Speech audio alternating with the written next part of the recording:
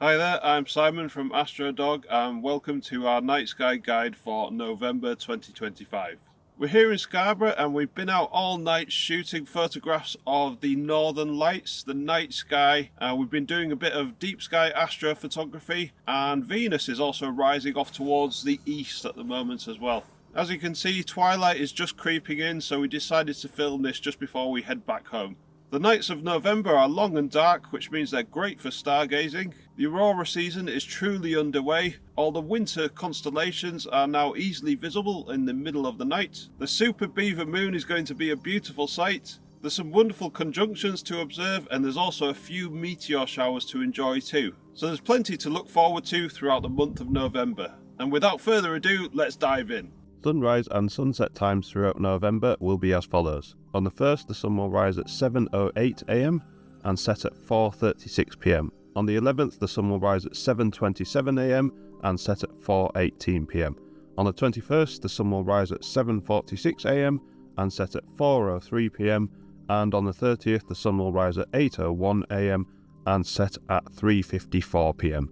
Moon phases now. The moon reached first quarter on the 29th of October and will start the month of November as a waxing gibbous. Full moon will be on the 5th, last quarter will be on the 12th, new moon will be on the 20th, and first quarter will be on the 28th. As usual, the moon will be paying some close visits to other celestial objects this month, and these meetings will be discussed in more detail in our highlights section. For all the aurora chasers, we are now truly within the aurora season, and the long dark nights of November mean it will be fairly easy to spot the northern lights on nights of strong activity. Let's all keep our fingers crossed for more great displays, and if you would like to be kept in the loop with regular updates and alerts for possible aurora displays, please follow our Facebook page. For Milky Way fanatics, although the Milky Way core has now disappeared until next spring, there's still plenty of interesting sections of the Milky Way about, including the bright Cygnus region. Onto general nighttime sights now. Looking towards the north throughout November, Queen Cassiopeia, Camelopardalis the giraffe, and Perseus the warrior are high in the sky near the zenith in the middle of the night. Auriga the charioteer, the twins of Gemini, and the faint constellation of Lynx are now easily visible, with Canis Minor, Cancer, and Leo Minor below them rising in the east. The tail of the Great Bear Ursa Major can be seen just above the northern horizon, and Hercules the hero, along with Aquila the eagle, can be seen setting in the west. Looking south, the Great Square of Pegasus remains prominent in the southwest. Andromeda and Triangulum are riding high near the meridian. The zodiacal constellation of Pisces the fishes and Aries the ram are now easy to observe, with the sea monster Cetus placed just below. The harbinger of winter, the constellation of Orion, is rising higher in the southeast, with Taurus the bull easily observable above, and Aquarius the water bearer can be seen beginning to set in the west. General bright planet viewing now. Despite reaching greatest eastern elongation on the 29th of October, the speedy and elusive planet Mercury starts the month unfavourably positioned for observation. However, towards the end of the month, as Mercury nears greatest western elongation, there will be a few fairly good opportunities to observe Mercury during the morning twilight before sunrise. Mercury starts the month in Scorpius and ends the month in Libra. Throughout November, morning planet Venus will become harder and harder to spot as it continues to travel closer to the Sun. If you want to observe Venus this month, your best chances will be at the start of the month. Venus starts the month in Virgo and ends the month in Libra. Just like in October, evening planet Mars is unfortunately too close to the Sun and too low on the horizon to be observable this November, and will continue to remain so for a fair few months to come.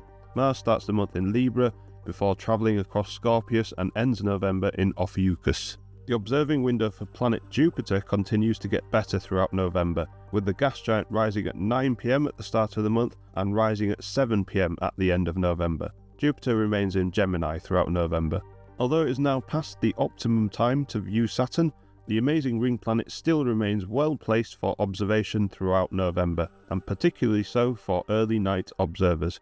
Saturn remains within the boundaries of Aquarius throughout November. Comet watching now. We hope that some of you had a chance to observe the two special comets A6 Lemon and R2 Swan last month. R2 has now unfortunately started its journey away from us and the Sun, and will not return for another 22,000 years. However, Comet A6 Lemon remains one to keep an eye on at the start of November. Although it will appear very low on the horizon, some sources predict A6 may become bright enough to easily be seen by eye as it continues to travel closer to the Sun, with it reaching perihelion on the 8th. Unfortunately, after this date, A6 will appear too low on the horizon to observe. Make sure to keep an eye out for A6 early on in the month. Okay, let's begin looking at our highlights for the month of November.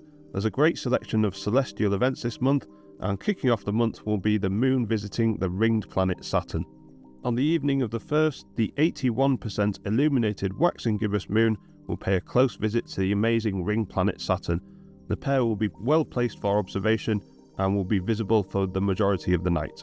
The night of the 5th will host the full moon of November, which is known to some as the Beaver Moon. Furthermore, due to the moon being near its closest distance to the Earth, will also be what is known as a supermoon, and will appear larger and brighter than usual too. Don't worry if you don't get to see the moon on the 5th, it will also appear full on the nights adjacent to the 5th too. On the evening of the 6th, the 97% illuminated waning gibbous moon will appear close by to the Pleiades open star cluster, which is also known as the Seven Sisters. Look to the northeast as night falls to observe the pair at their closest. In the early morning of the 8th, the 89% illuminated waning gibbous moon will appear close by to the bright star Elnath of Taurus and Auriga. Look to the south in the early morning hours to observe this pairing. In the early morning of the 10th, the 71% illuminated waning gibbous moon will appear close by to and in between the gas giant Jupiter and the bright star Pollux of Gemini. Look towards the south in the early morning hours to observe this meeting. The night of the 11th hosts a peak night for the Northern Taurid meteor shower. The Northern Taurids are active between the 19th of October and the 10th of December, and under perfect conditions the shower can produce up to 5 meteors per hour. Although the radiance is well placed for observers, unfortunately for this year's Northern Taurids, the 50% illuminated last quarter moon will be rising at around 10 PM and leaving only the bright meteors visible. This paired with the low rates of the shower mean it will be a challenge to observe any meteors by eye. In the early morning of the 13th, the 40% illuminated waning crescent moon will appear close by to the bright star Regulus of Leo. Look to the east in the early morning hours to observe this pair at their closest. In the early morning of the 17th, an extremely thin 7% illuminated waning crescent moon will appear close by to the bright star Spica of Virgo. Look to the southeast in the early morning hours to observe this pairing. The night of the 17th hosts the peak night for the Leonid meteor shower. The Leonid shower is active between the 5th and the 30th of November and is well known for its rare outbursts when the meteor shower can transform into a meteor storm with hundreds or thousands of meteors visible per hour. However, please don't expect to see thousands of shooting stars this year, as the outbursts occur roughly every 33 years, and the next predicted Leonid meteor storm will be around the year 2031. On an average year, under perfect conditions, the shower can produce up to a respectable 15 meteors per hour. Conditions are favourable for this year's Leonids, with the moon out of the way all night long, and so if the skies remain clear, we could be in for a good show. On the 20th of November, the moon will reach its new phase, leaving the skies free from natural light pollution. This means the nights on and around the 20th will be ideal for viewing faint objects in the night sky and/or taking photographs of the night sky. On the 21st, the distant ice giant planet Uranus reaches what is known as opposition. At this moment in time, Uranus will be at its closest distance to planet Earth and will appear slightly larger and brighter than usual. This will be the best time of the year to observe this faint and distant ice giant. The night of the 21st hosts the peak of the Alpha Monocerotid meteor shower. The Monocerotid shower is active between the 14th and the 25th of November. Conditions are favourable for this year's Monocerotids, with the moon out of the way all night long, and on an average year under perfect conditions, the shower can produce up to 5 meteors per hour.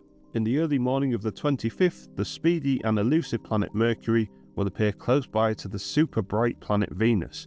This will be an extremely tough pairing to observe, requiring the aid of a pair of binoculars or telescope and a clear view to the southeastern horizon. And our final highlight for the month of November 25 will take place on the evening of the 29th, when the 65% illuminated waxing gibbous moon will appear close by to the amazing ring planet Saturn.